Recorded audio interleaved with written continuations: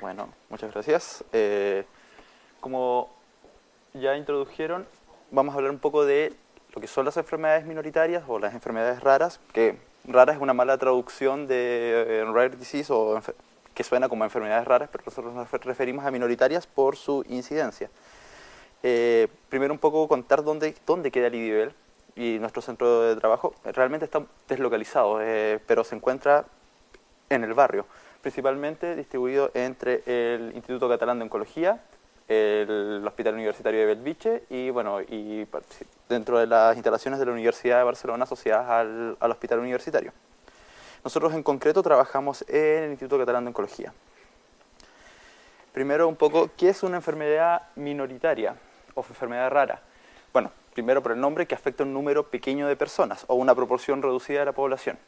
Eso no dice mucho porque hay diferentes clasificaciones dependiendo del contexto social, geográfico, porque hay enfermedades que son más comunes o menos comunes dependiendo de la localización geográfica.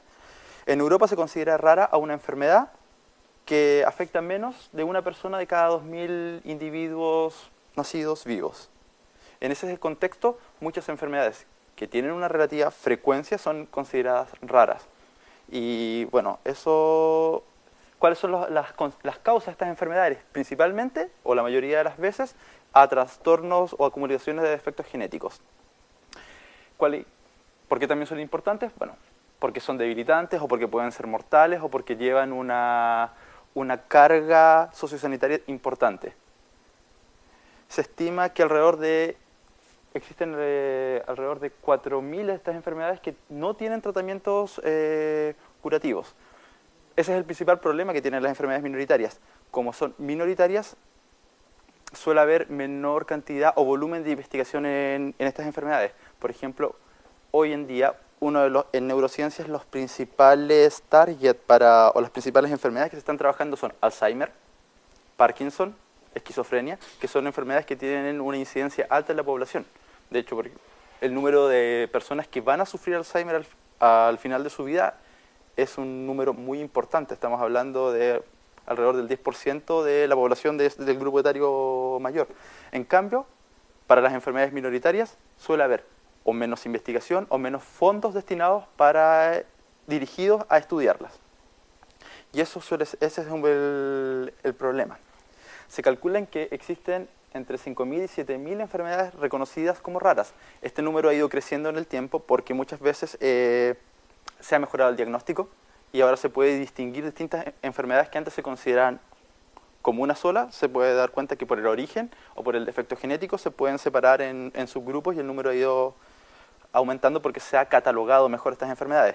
Y a lo que mencionábamos, que desde el año 2008 existe un día para conmemorar las enfermedades raras, que es ahora, como bien dijeron ahora, el 28 de febrero. Ahí hay un error porque 29... Entonces el 28 de febrero se considera y ya se instauró como el Día Mundial de las Enfermedades Raras. El problema es, como ya dije, el interés en investigar uno de los problemas es el interés en investigar en estas enfermedades. Una empresa farmacéutica normalmente no tiene o no encuentra tan atractivo este nicho. No tienen interés en producir medicamentos que se suelen denominar ahora huérfanos para condiciones que no son mayoritarias en el mercado. Por eso muchas veces la mayoría de los fondos que se disponen para trabajar suelen ser, por ejemplo, gubernamentales. Hay muy pocas instituciones privadas que estén trabajando en enfermedades raras. Entonces lo que se ha tratado de hacer en los últimos años es tratar de todas estas enfermedades raras, tratar de agruparlas o agruparnos las personas que trabajamos en enfermedades raras para lograr sinergia, para poder, no me gusta la palabra competitivo, pero sí poder llamar la atención sobre este tipo de enfermedades y sobre estos problemas. Gracias a Dios existen varias instituciones que están fomentando este tipo de investigación. Por ejemplo, hay organizaciones europeas, la Federación Española de Enfermedades Raras, el Centro de Investigación Biomédica de Enfermedades Raras, CIBERAR, que en el fondo que posee una base de datos y una base de tejidos que permiten o facilitan la investigación de los diversos centros que están estudiando este tipo de enfermedades. Entonces, primero vamos a hablar un poco de cómo se producen estas enfermedades. ¿Cuáles son los tipos de defectos? Porque mencioné que la mayoría de estas enfermedades tienen un componente genético importante. Y muchas veces la enfermedad ocurre por alguna mutación. El concepto es que alrededor del ser humano, el genoma, contiene alrededor de 20.000 genes.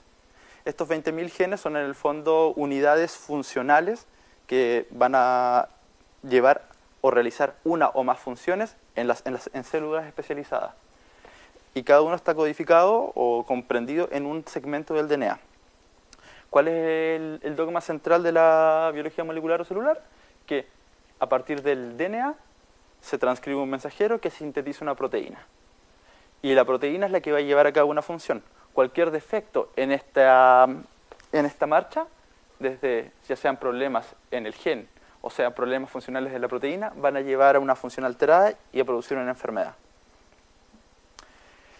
Las enfermedades que se estudian en el IDIBEL o catalogadas como minoritarias, bueno, hay un stock más o menos importante.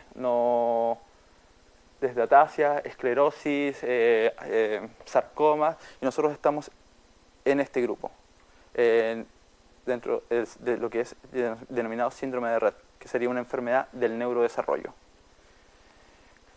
Este es nuestro equipo de trabajo. La líder, que es Dori, que no pudo asistir hoy día.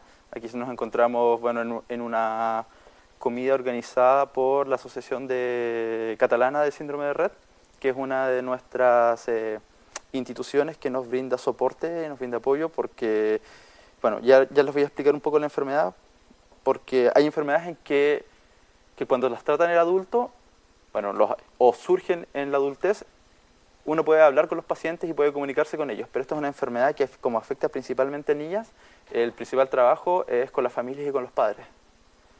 ¿En qué consiste esta enfermedad? Es una enfermedad del neurodesarrollo severa, que afecta el desarrollo del cerebro. Ocurre principalmente en niñas. ¿Por qué? Porque se encuentra el gen afectado dentro del cromosoma X, que es el cromosoma femenino. Es la segunda causa de retraso mental en niñas, solo superada por el síndrome de Down. Y afecta a 1 de cada 10.000 nacimientos. Si consideran la población en Barcelona, es cosa de hacer las cuentas de que no es raro este tipo de enfermedad. 1 de cada 10.000 niñas, y estamos hablando de una ciudad de 1,5 millones de habitantes, 2 millones de habitantes, es una cantidad importante. El problema de las pacientes con mayor edad es que antiguamente estaba mal diagnosticada. ¿Y qué caracteriza esta enfermedad? Las niñas nacen son aparentemente normales.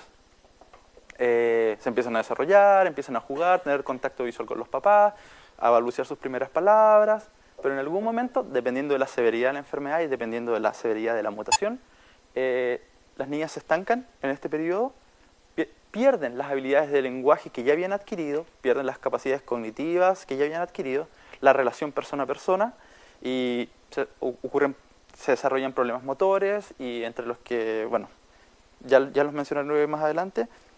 Como es esta pérdida de la interacción social, se suele catalogar esta enfermedad dentro del espectro autista, y dentro de los problemas motores que son muy característicos de esta enfermedad son los movimientos repetitivos o estereotipados, que le llaman, que generalmente se denominan como que simulan un lavado de manos, o así otro tipo de movimientos que pueden parecer o emular a un tic. Este es el tipo de... Pierden el movimiento propositivo de manos y generalmente están así. Entonces pueden incluso llegar a autolesionarse en lo que es manos, o a morderse, precisamente porque están constantemente moviendo y peñiscando, retorciendo los dedos de las manos. Más adelante, dentro de la sintomatología hay un periodo de estabilización o pseudoestabilización.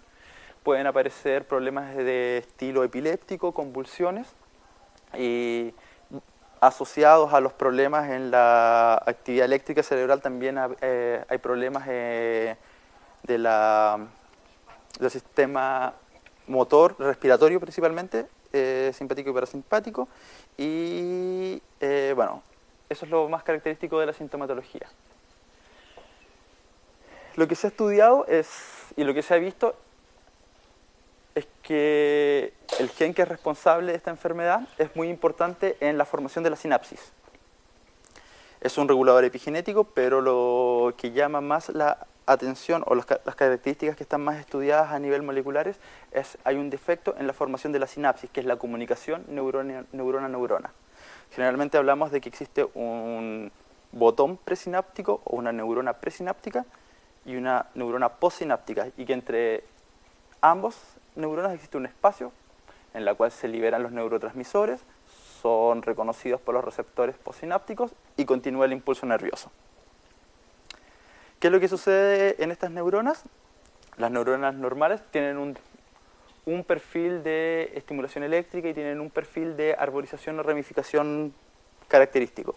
Los pacientes autistas tienen disminuido esta arborización y se ven incluso más afectadas en las neuronas de los pacientes con síndrome de Rett, que es lo que se ve acá. Entonces aquí tenemos un ejemplo de una neurona analizada en el tiempo. Se ve estas protrusiones dentro de la dendrita, que son las espinas sinápticas, y se ven las neuronas en un modelo neuronal que simula el síndrome de Rett, y se ve que hay una disminución en la cantidad de espinas, hay una disminución en la cantidad de sinapsis, de contactos neurona-neurona. Entonces, eso es lo que se ha visto. Entonces, y lo que se ha visto siempre es que las mutaciones que generan el síndrome de Rett están en esta proteína que se llama MCP2.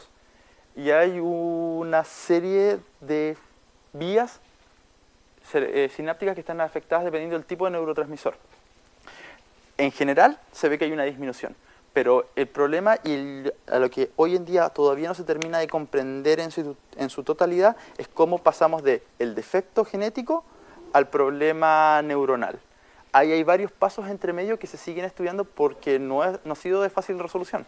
Aunque hay mucha gente y en los últimos 10 años se ha avanzado mucho, entender qué está pasando en cada una de estas vías es lo que es motivo constante de estudio.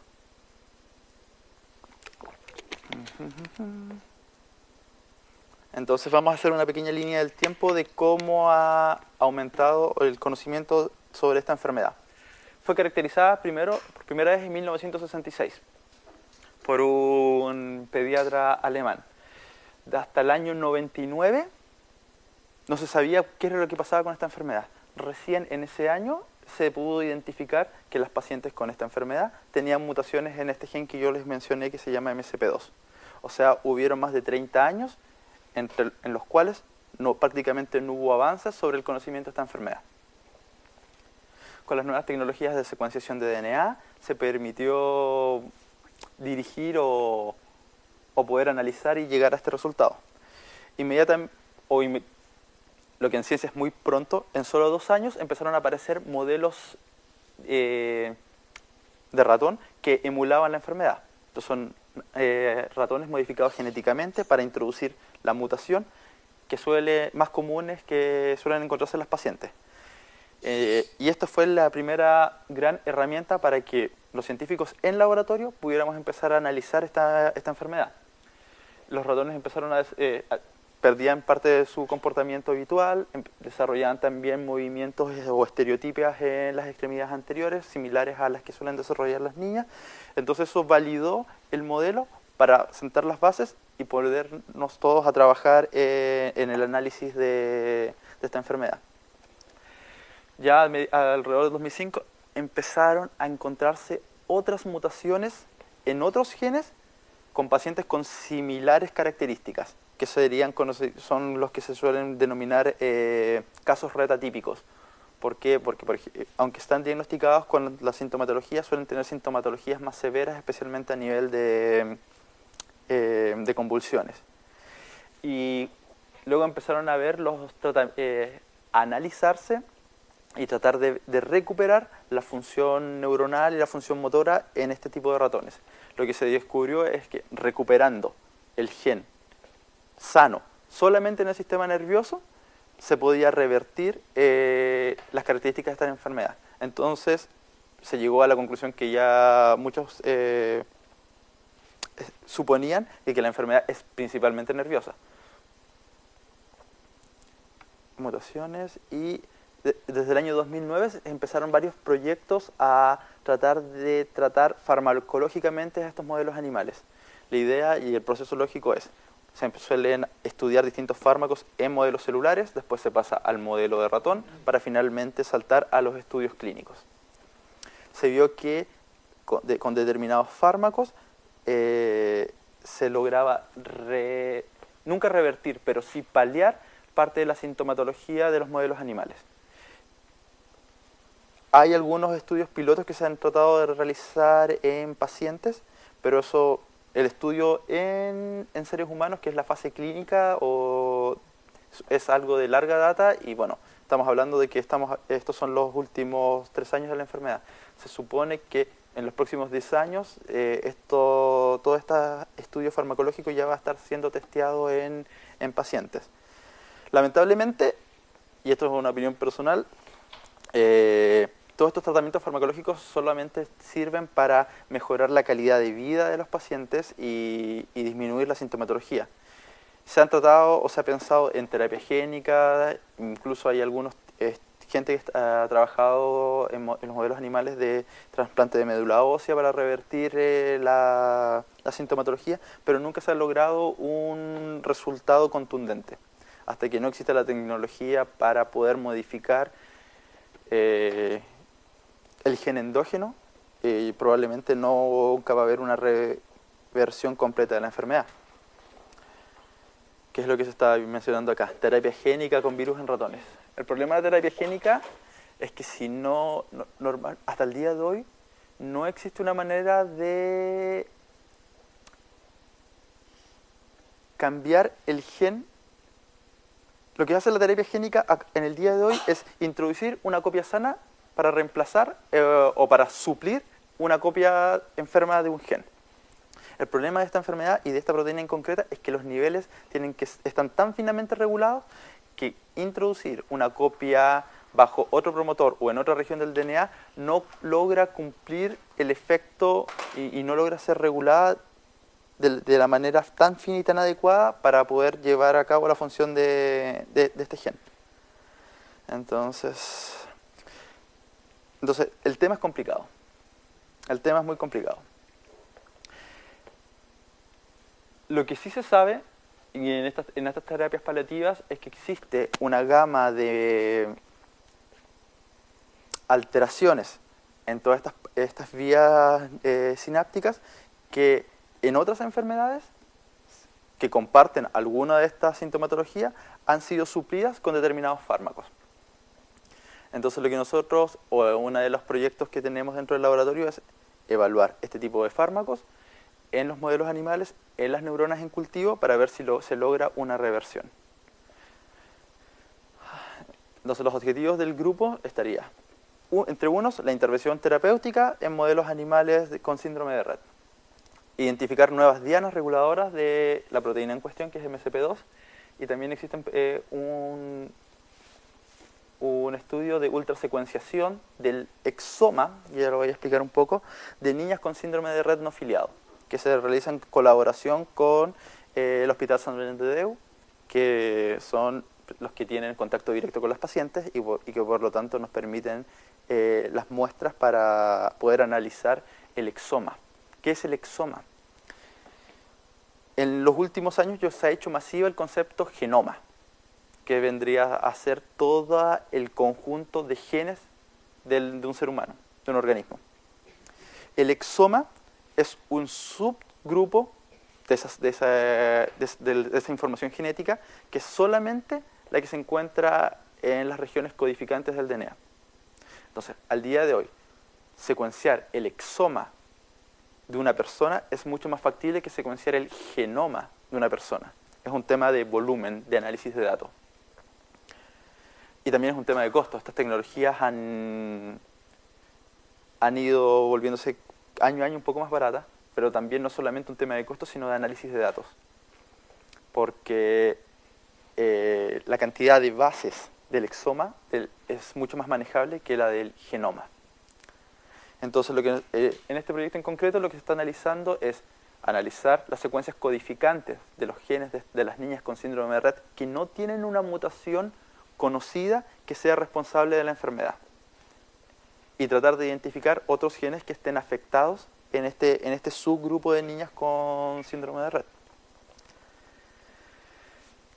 Yendo al primer proyecto, lo que se suele, la hoja de ruta para analizar nuevos fármacos está especificada en azul. Se suelen probar inicialmente se desarrolla un modelo animal, se identifican dianas del gen, se empiezan con distintos fármacos, se empiezan los test de drogas, ensayos clínicos, y el último paso es la aprobación de estas drogas por las agencias estilo FDA o las agencias sanitarias europeas que autorizan el uso de estas drogas en seres humanos. ¿Qué es lo que pretendemos nosotros analizar? Bueno, empezamos con cuál es el problema. Esta ruta pueden ser 10 o 15 años. 10 o 15 años, desde que se empieza a estudiar un fármaco hasta que está disponible para tratamiento a la venta en una farmacia.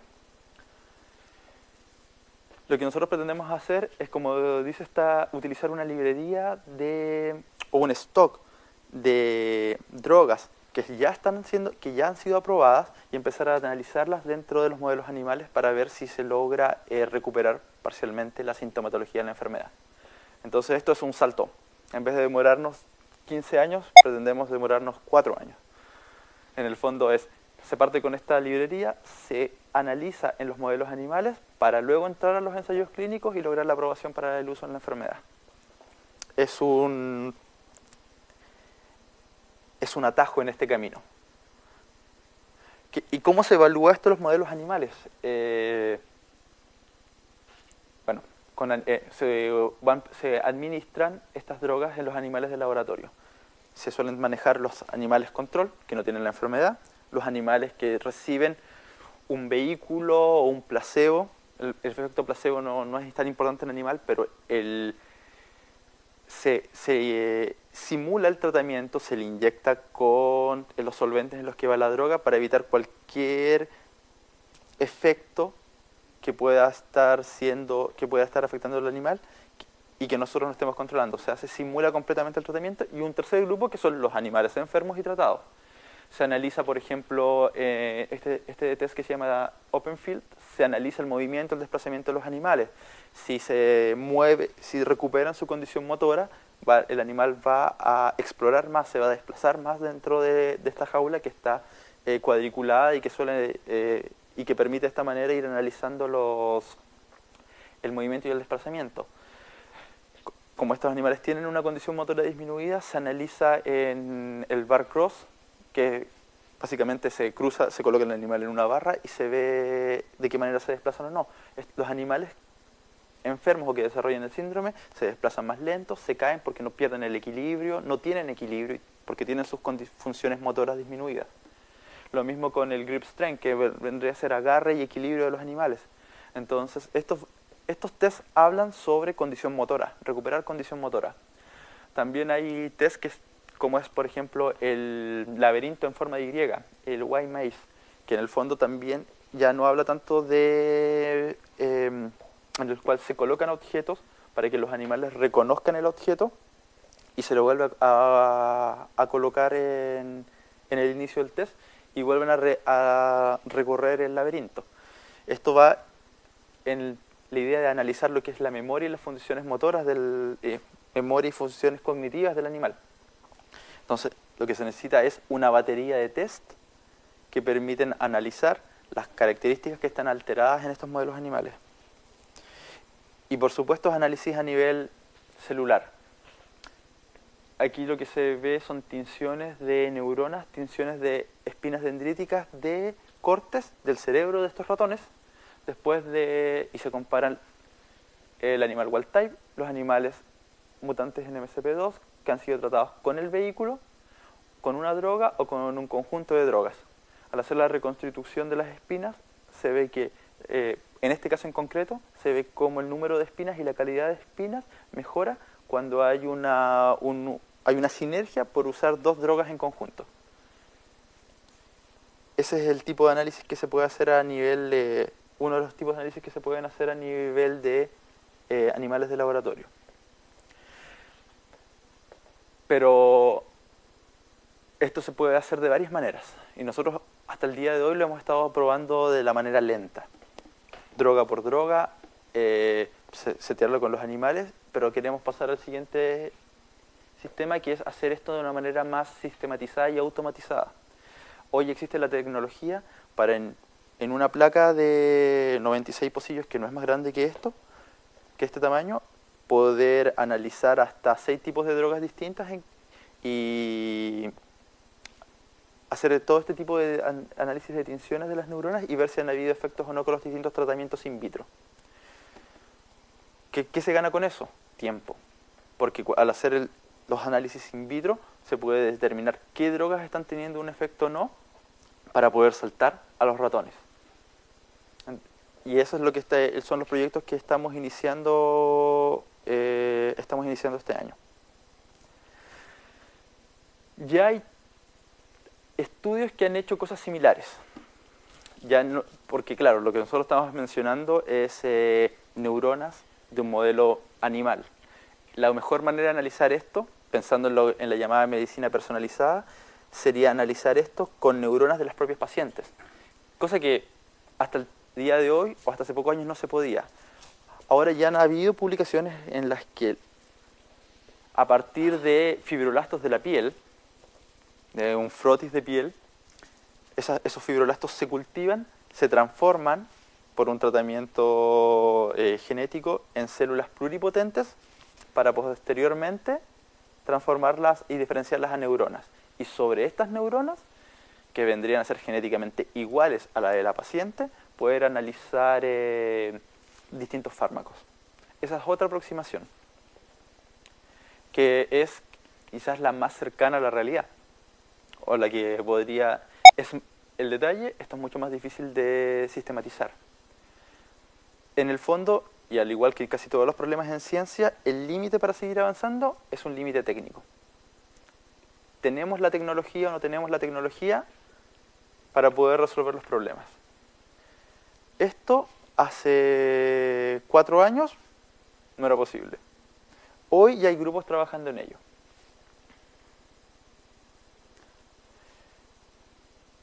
El otro grupo de trabajo o subgrupo de trabajo que tenemos dentro del laboratorio es identificar nuevas dianas reguladas por MCP2. Aquí quizás Paolo, que pueda explicarlo un poco mejor, ya que este es trabajo directo de un estudiante de doctorado que se encuentra acá presente. Bueno, básicamente aquí estamos usando dianas reguladas por MECP2 y usamos lo mismo, usamos un modelo animal, que es el ratón en que hay la falta de esta proteína, y hemos encontrado y analizamos diferentes regiones del cerebro, que puede ser la corteza frontal o el hipocampo. Y en las dos partes hemos encontrado genes desregulados, que son estos genes.